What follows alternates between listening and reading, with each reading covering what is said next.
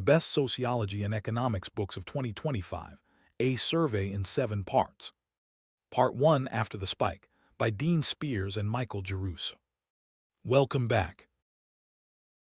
We're starting this survey of the year's most important sociology and economics books with a question that sounds almost like science fiction, but is backed by hard demographic data. What if the defining challenge of the next century isn't too many people on the planet, but too few? That's the provocation at the center of After the Spike, by the economic demographers Dean Spears and Michael Girousse, both of the University of Texas at Austin. Let's start with their method, because it matters for how much weight you should put on their conclusions. Spears and Girousse are not pundits extrapolating from a feeling. They are working demographers, and the backbone of the book is fertility rate data collected across virtually every country on Earth, fed into standard population projection models of the kind used by the United Nations and national statistical agencies. The core empirical fact is this: replacement-level fertility is about 2.1 children per woman. Most of humanity now lives in a country below that line. Not just wealthy countries like Japan or Italy, where this has been known for decades, but increasingly the rest of the world too, including large parts of Latin America and now even South Asia. The authors coin a memorable term for the shape of the resulting population curve: the spike. Human population surged from under 1 billion to roughly 8 billion in just 2 centuries, an absolutely unprecedented spike in our species' history, driven mostly by falling mortality rather than rising fertility. Their models suggest this spike will crest at somewhere around 10 billion people in the coming decades, and then, for the first time in centuries, begin a sustained decline. Here's where the book becomes genuinely contrarian. The intuitive reaction, shared, the authors note, by environmentalists and certain population pessimists alike, is that fewer humans should be straightforwardly good news. Less consumption, less carbon, more resources per capita. Spears and Girousse spend a large part of the book methodically dismantling this intuition using their own climate modeling, conducted with several co-authors. They directly compare 2 future worlds, one where global population stabilizes around 12 billion, and one where it peaks and then declines to roughly 8.5 billion by the year 2150. Their finding is striking. The difference in global temperature between these 2 scenarios is just 0.06 of a degree Celsius. Why so small? Because, they argue, the trajectory of emissions is overwhelmingly determined by technology and policy, not by headcount. Billions of additional people, mostly living in a future of cleaner energy, simply don't move the needle much on a problem that's fundamentally about the energy mix, not the population count. So if depopulation doesn't solve climate change, what does it actually do? This is where the book's real argument lives, and it has more to do with sociology and political economy than with demography in the narrow sense. Spears and Girousse argue that a shrinking, aging population undermines exactly the social machinery that has produced 2 centuries of progress. Fewer young workers means a smaller tax base to fund pensions and healthcare for a growing elderly population. Fewer researchers, fewer engineers, fewer entrepreneurs means a slower rate of the very innovation that has driven rising living standards. And critically, they argue, fixed costs of running a civilization, maintaining infrastructure, sustaining institutions, defending against pandemics, get spread across fewer and fewer people, raising the average burden on each person who remains. This is the book's most counterintuitive move. The authors suggest that we have just lived through, and continue to benefit from, an extraordinary windfall caused by population growth itself, in the form of more ideas, more specialization, more economies of scale. A massive population decline, they argue, would mean walking that windfall backward. Now, the policy chapters are where the book gets politically delicate, and the authors are clearly aware of this. They are writing, by their own admission, mostly to a progressive, environmentally minded audience that has been suspicious of any talk of raising birth rates, because that conversation has historically been hijacked by nationalist and patriarchal movements trying to coerce women's reproductive choices. Spears and Geruso try to thread a difficult needle. They explicitly reject coercive pronatalism. They are not arguing for restricting abortion access or pressuring women into motherhood. Instead, their proposed solution is what they call making parenting fit better into modern life. Better childcare infrastructure, paid parental leave, more equal distribution of caregiving labor between men and women, and cultural change around how societies value the work of raising children. Their wager is that falling fertility isn't really about people not wanting kids. Survey data consistently shows that people in low-fertility countries want more children than they're actually having, but about a mismatch between the demands of contemporary economic life and the demands of parenting.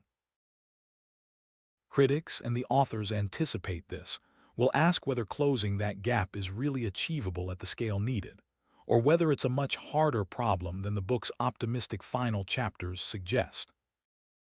Other reviewers have pushed back on the climate modeling itself, arguing that it leans on assumptions about future decarbonization that may be too rosy. But even skeptics tend to agree that after the spike succeeds in its primary goal, forcing a reconsideration of assumptions about population that most people, across the political spectrum, hadn't actually examined very closely. Part 2, The Ordinal Society, by Marian Fourcade and Kieran Healy. Our second book moves from counting people to ranking them. The Ordinal Society, by sociologists Marian Fourcade of Berkeley and Kieran Healy of Duke, won the American Sociological Association's Zelizer Award for the best book in economic sociology, and it has become probably the single most discussed work of social theory to emerge from the discipline in years. The book's method is itself worth pausing on, because it isn't a conventional empirical study with a dataset and a regression table. It's a work of synthetic social theory, in the tradition of Max Weber or Mitchell Foucault, that draws together an enormous range of material: the history of credit scoring, the architecture of search engines, the design of ride-hailing apps, the sociology of reputation, into a single, unifying conceptual frame. Fourcade and Healy aren't running new surveys.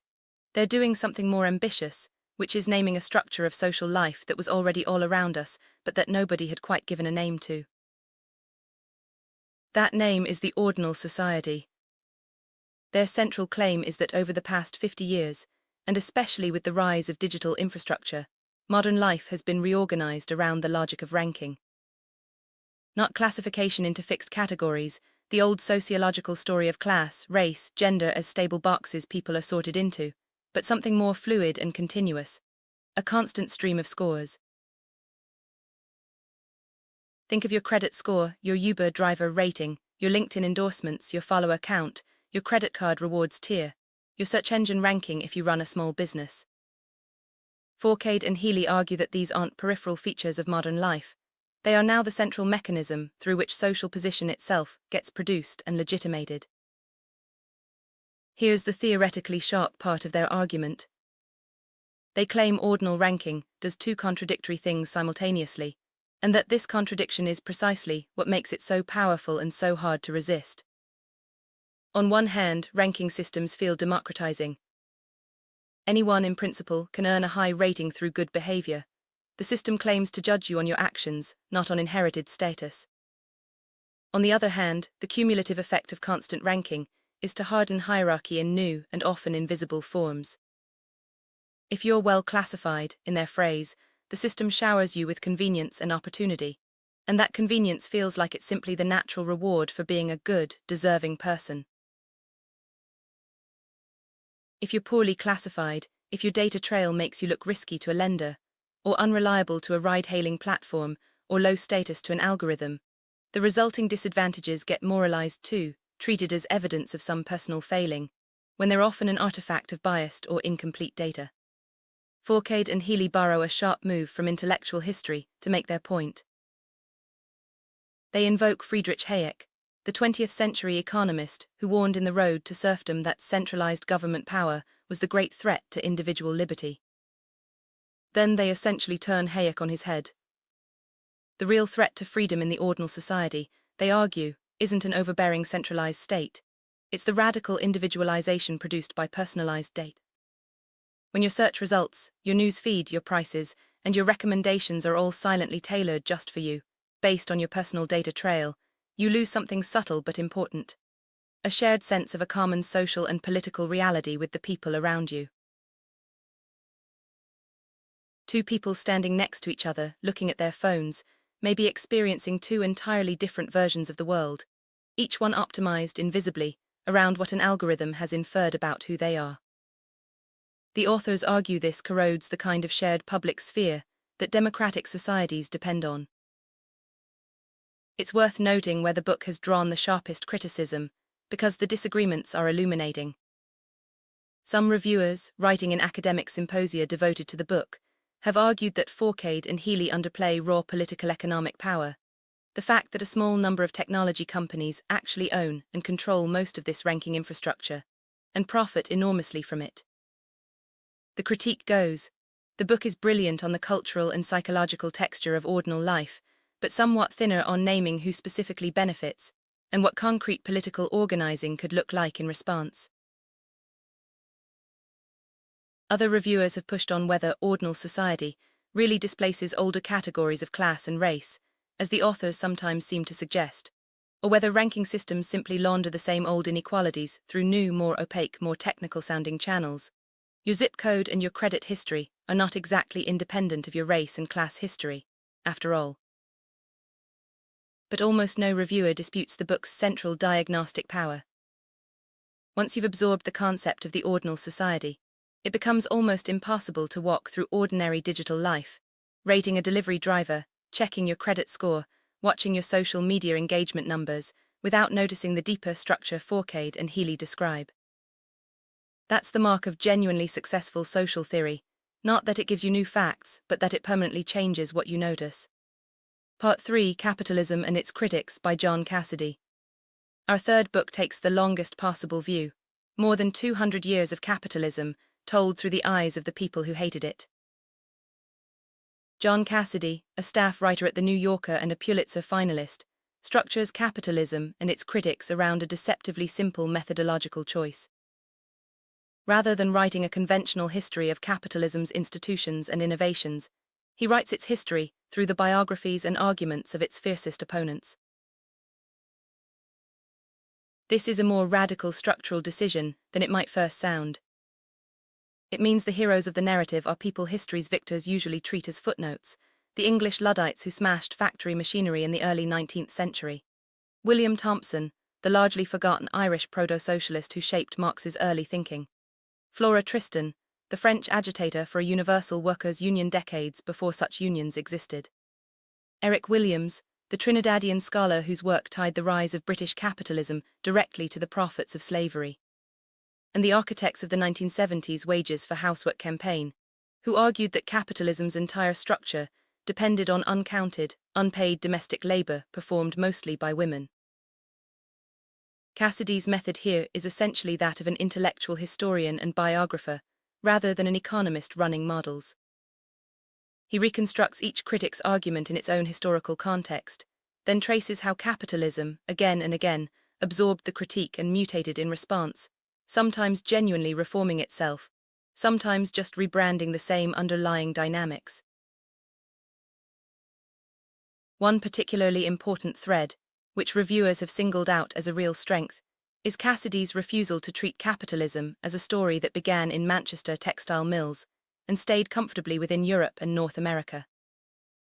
He opens with the East India Company, not as a quaint prelude to the Boston Tea Party, but as a fully modern multinational corporation, wielding its own army, blending commerce and colonial coercion centuries before anyone used the word globalization.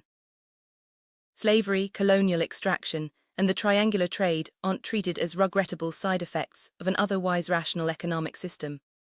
Cassidy places them, following Eric Williams's classic argument, at the very foundation of how Western capital accumulation actually happened. What's Cassidy's own position in all this?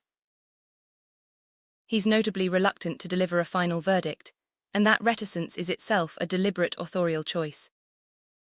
He doesn't conclude that capitalism is fundamentally broken, in the way a Marxist historian might. Nor does he conclude that all this criticism was simply mistaken, the way a triumphalist free market historian would. Instead, the book's implicit argument is about capitalism's strange adaptive resilience. Again and again, serious, well-founded critiques of factory conditions, of colonial extraction, of unpaid care work, of financial instability, produced real reforms, real regulations, real redistributions, without ever actually replacing the underlying system. One of the book's most quoted passages of analysis, picked up by several reviewers, concerns the so-called golden age of post-war capitalism in the United States, roughly 1945 to the mid-1970s, when incomes for the poor and middle class actually grew faster than incomes for the rich, a sharp reversal of the long-run pattern both before and after. Cassidy treats this as capitalism's great counterexample to its Marxist critics, proof that the system could, under the right political conditions, produce broadly shared prosperity rather than the relentless concentration of wealth that the gravedigger thesis, the idea that capitalism inevitably digs its own grave through worsening inequality, predicted. But he's careful to stress that this golden age was a political achievement, not an automatic feature of capitalism itself. It depended on strong unions, high marginal tax rates, and a particular post-war settlement that has since unraveled. The book lands at a genuinely uncomfortable moment for capitalism's defenders. Cassidy writes explicitly into a present where, even with gross domestic product and household income still climbing, most Americans report feeling that the economy is failing them, and that the country's economic future will be worse than its past. He's careful not to claim that this discontent vindicates any one of the historical critics he profiles. Instead, his closing argument is more unsettling. He suggests that both of the major political economic paradigms that dominated the post-war West, Keynesian social democracy and free market neoliberalism, have run out of intellectual road, and that the current populist turn, on both the left and the right, is a symptom of that exhaustion rather than a solution to it. What comes after, Cassidy admits, even he doesn't know. Part 4, Why Nothing Works, by Mark Dunkelman. Our fourth book asks a question with real bite for anyone living through delayed trains, blocked housing, and stalled clean energy projects. Why can democratic governments no longer seem to build big things? Mark Dunkelman, a fellow at Brown University's Watson Institute and a former Democratic congressional staffer, builds Why Nothing Works around a historical framework borrowed from two founding-era American political philosophies. His method is essentially political historical narrative, tracing a single tension across a full century of American reform movements, using detailed case studies, the demolition of New York's original Penn Station, the decades-long failure to replace it, a blocked clean energy transmission line between Canada and Massachusetts as recurring touchstones. The framework itself is the book's real intellectual contribution. Dunkelman labels one impulse Hamiltonian, after Alexander Hamilton's belief that concentrated, expert-led authority delivers better outcomes than democratic chaos. Think of figures like Robert Moses, the mid-century New York planner who built highways and bridges by simply running over local opposition, or the technocratic architects of the New Deal and the Great Society. He labels the opposing impulse Jeffersonian, after Thomas Jefferson's deep suspicion of concentrated, unaccountable power, and his preference for distributing authority widely among ordinary citizens, even at some cost in efficiency and coordination. Dunkelman's central historical argument is that American progressivism has swung between these two impulses, and that starting around the 1970s, it swung hard and durably toward the Jeffersonian pole. In reaction to real abuses of Hamiltonian power, the urban renewal programs that bulldozed minority neighborhoods, the unaccountable bureaucrats who paved over community input, reformers built an elaborate new architecture of veto points. Environmental review requirements, public comment periods, community board approvals, historic preservation rules, layered permitting processes. Each veto point, taken individually, was usually a reasonable response to a genuine problem.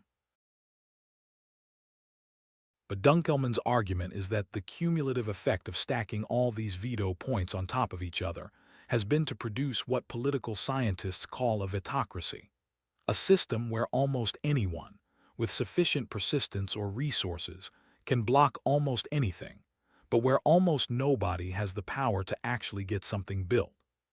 Here's the book's most provocative and, for some readers, most uncomfortable claim.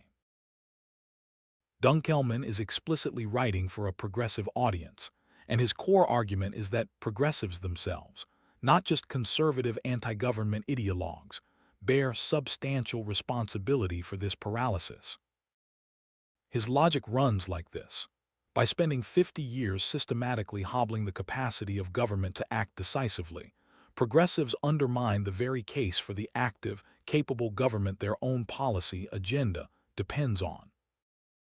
Why would a voter trust the party of government to fix health care, housing, or climate change, Dunkelman asks, when that same political movement has spent decades demonstrating, again and again, that government can't even build a train platform or a transmission line in any reasonable timeframe? He extends this into a genuinely pointed political claim that the resulting visible incompetence of government has directly fueled the populist backlash of recent years, the appeal of strongman politics that promises to bulldoze through the very veto points progressives spent decades constructing. The book has earned real praise for the clarity and originality of its historical framework. Reviewers have called it one of the more genuinely novel lenses for understanding American governance in years, linking seemingly unrelated domains like welfare reform, antitrust policy, and infrastructure permitting under one coherent story. But it has also drawn pointed criticism. Some reviewers argue the Hamiltonian-Jeffersonian framework, however elegant, gets stretched past its useful limits. Is antitrust enforcement against monopolies a Hamiltonian tool wielded for Jeffersonian ends, or does it not fit the binary at all? Others note a more serious gap. Conservatives are largely absent from Dunkelman's narrative, even though decades of tax-cutting and deliberate government starving from the right surely share some of the blame for institutional incapacity. And critics in City Journal and elsewhere have pointed out that Dunkelman is notably more confident diagnosing the problem across 100 years of history than he is prescribing what to actually do about it now. Still, the book landed at precisely the right cultural moment, right alongside a broader abundance conversation about why democracies seem to have lost the capacity to build, and it was named a Best Book of the Year by both the Financial Times and The Economist. Part 5, Two Paths to Prosperity by Avner Graef, Joel Mocker, and Guido Tabellini. Our fifth book reaches back a full millennium to answer one of economic history's oldest and biggest questions. Why did Europe, and not China, become the world's dominant economic power? Two Paths to Prosperity brings together three heavyweight economists and economic historians: Avner Graef, a specialist in medieval institutions; Guido Tabellini, an expert on the political economy of institutions; and Joel Mocker, the 2025 Nobel laureate in economics, whose decades of work on the origins of the Industrial Revolution underpin much of the book's argument. Their method is genuinely interdisciplinary in a way that's worth pausing on. This isn't narrative history in the style of Cassidy's book. It's formal comparative institutional analysis, drawing on game theory, econometric techniques like instrumental variables and regression discontinuity, alongside deep archival and historical scholarship on both medieval Europe and imperial China. The authors are explicit that some sections, particularly a mathematical appendix formalizing their core arguments, are aimed at readers comfortable with formal social science modeling, even as the main narrative remains accessible to general readers.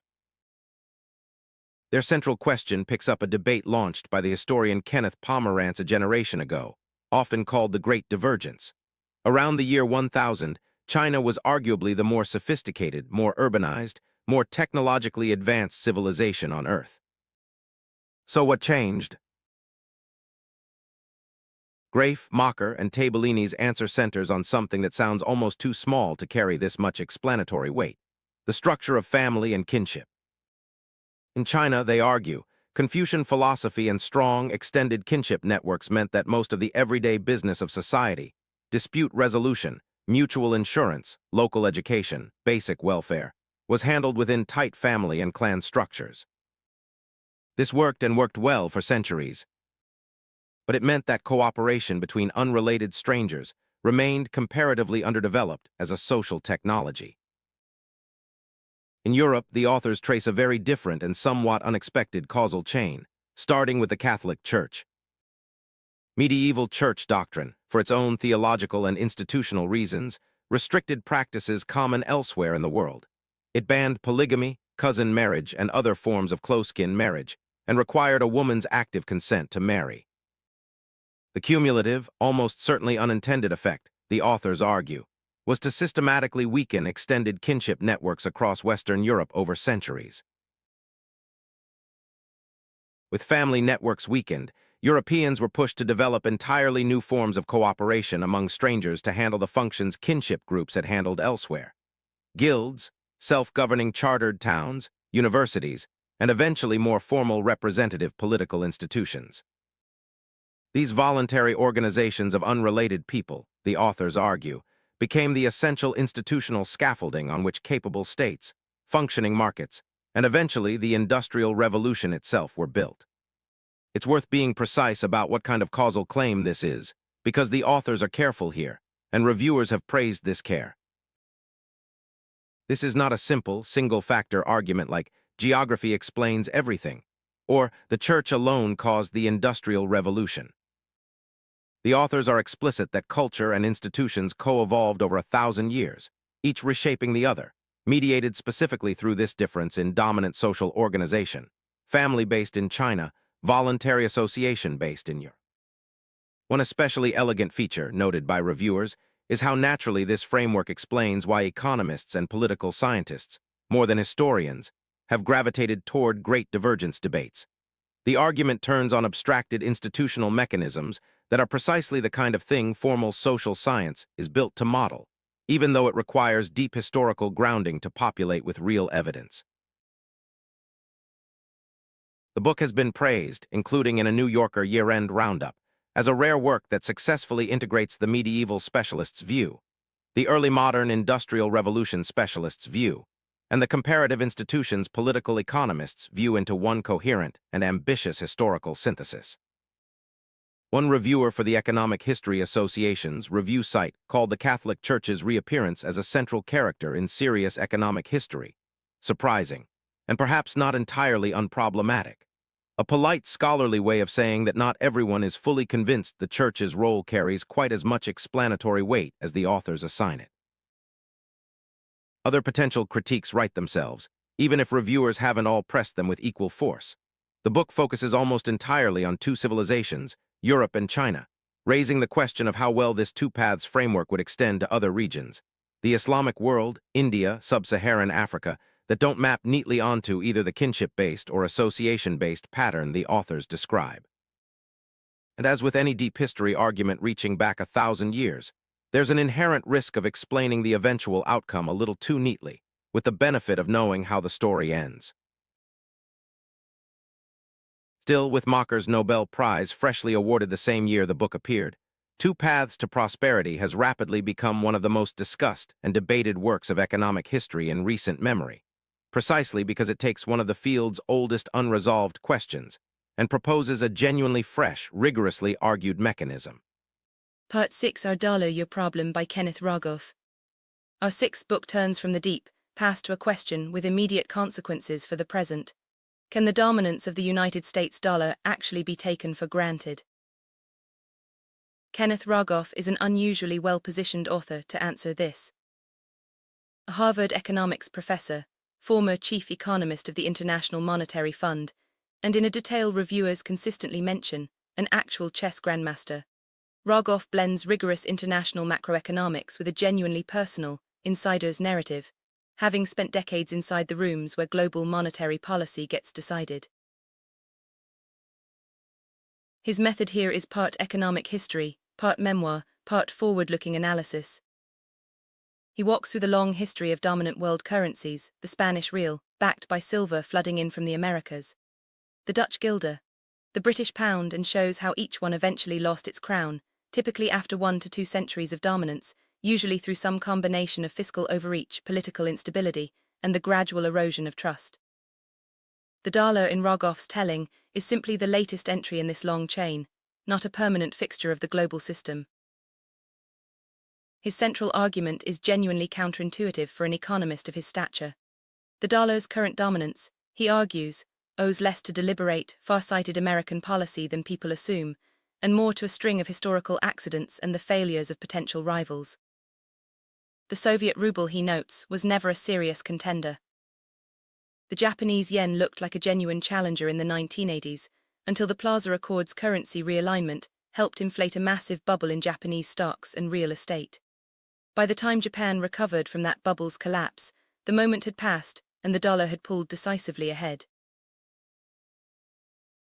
The euro, similarly, has never managed to fully consolidate the kind of deep, liquid financial markets and unified fiscal backing that would let it seriously rival the dollar. Rogoff's point isn't that America did everything right, it's that the dollar won partly by default because its rivals kept stumbling. The book's most pointed warning concerns what Rogoff calls America's exorbitant privilege, the unique ability to borrow essentially unlimited amounts in its own currency, which the rest of the world is structurally compelled to want to hold.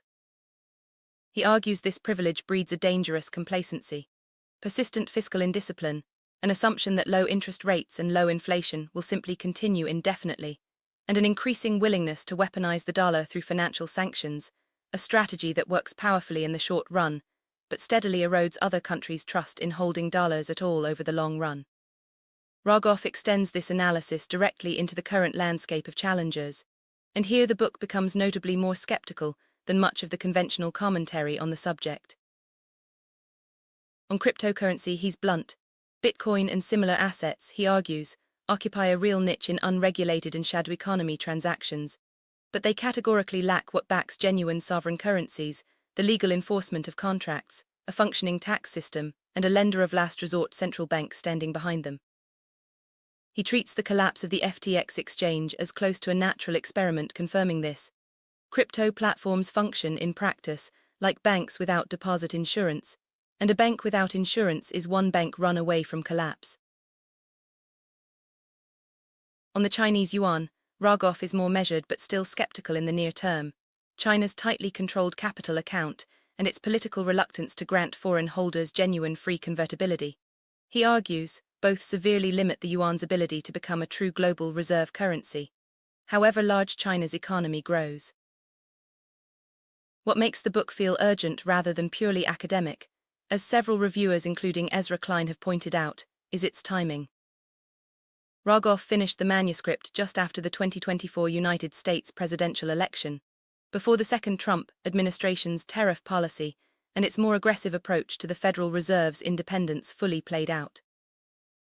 Reading the book today means watching several of Rogoff's specific warnings about the political weaponization of the dollar accelerating other countries' search for alternatives, about threats to central bank independence undermining the inflation-fighting credibility the dollar's value ultimately depends on, arrive sooner and more vividly than even he may have expected when he wrote them.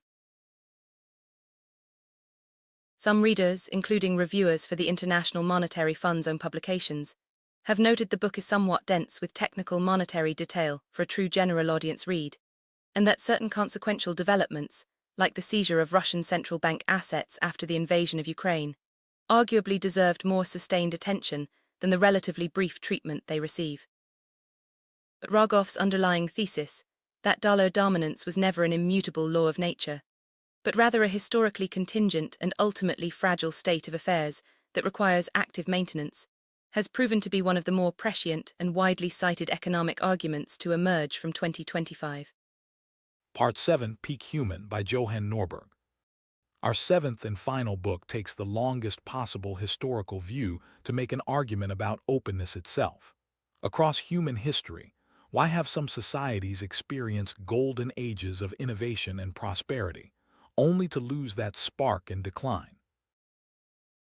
Johan Norberg, a Swedish historian and one of the most prominent popular defenders of market liberalism writing today, builds Peak Human by examining 7 specific historical golden ages, including classical Athens, the Abbasid Caliphate at its height, Renaissance Italy, and the Dutch Republic, looking for a common thread that connects their rises, and just as importantly, their declines. His method is comparative historical case study, very much in the tradition of his earlier books like Open and Progress. He's not running formal econometric models the way Graefe, Mocker, and Tabellini do, but rather building an argument inductively, golden age by golden age, identifying a recurring pattern across societies otherwise separated by centuries, continents, and entirely different political and religious systems. The pattern Norberg identifies, and the thread that ties his 7 case studies together, is openness. Openness to trade with outsiders, openness to immigration and the new ideas immigrants bring, openness to challenging established religious or intellectual authority, and a relatively decentralized, competitive political structure that allows innovation to occur in some pocket of society, even when other pockets resist it. Athens thrived, in his telling, partly because it was a trading hub open to influences from across the Mediterranean and the Near East. The Abbasid Caliphate's golden age coincided with an extraordinary, religiously tolerated flourishing of translation, scholarship, and scientific exchange across the Islamic world. And just as consistently, Norberg argues, each golden age's decline coincided with a turn toward closure. Rising xenophobia, the suppression of dissenting ideas, increasing centralization of political and economic control, and a retreat from the trade and exchange that had originally fueled the society's rise. Norberg's larger argument, and the reason this book functions as something of a capstone to his earlier work defending markets and globalization, is explicitly aimed at the present political moment. He's writing directly against what he sees as a resurgent argument, gaining ground across both the political left and right in many countries, in favor of restricting trade, limiting immigration, and exerting more centralized control over innovation and technology. What he characterizes as a turn against openness, very much like the ones that, in his historical reading, preceded the decline of every one of his 7 golden ages. Norberg is candid that he's writing as an advocate, not a neutral historian, and the book has been reviewed accordingly, warmly by readers and outlets already sympathetic to market liberalism, more skeptically by critics who argue that cherry-picking 7 historical success stories to illustrate a thesis is a different and less rigorous exercise than testing that thesis against the full universe of historical cases, including societies that stayed open and still declined, or that closed off and still thrived for a time. Still, even skeptical reviewers have credited Norberg with marshaling his historical material vividly and accessibly, and the book has been recognized, alongside Cassidy's, Dunkelman's, and Rogoff's, as among the year's most talked about works connecting deep historical pattern to urgent present-day economic and political argument. Part 8 Closing. So that's our survey of 7 of the year's 2025 most significant books spanning sociology and economics. Looking back across all 7, a few threads keep reappearing in different costumes. Several of these books are fundamentally about the fragility of things we assume are permanent. Dollar dominance for Rogoff, capitalism's stability for Cassidy, population growth itself for Spears and Geruso, even Europe's centuries-long economic lead for Graefe, Mocker, and Tabellini. Others are about the hidden architecture beneath everyday life, the ranking systems Fourcade and Healy describe, the veto points Dunkelman traces, the kinship structures that quietly shaped 1,000 years of economic divergence. And nearly all of them, in their own way, are wrestling with the same underlying question that runs through so much of contemporary social science. When a system that has delivered real progress for generations starts to falter, is the problem the system itself, or the political and cultural choices we've made about how to run it? That's a question none of these authors fully resolve, and that's probably exactly why these are the books people are still arguing about.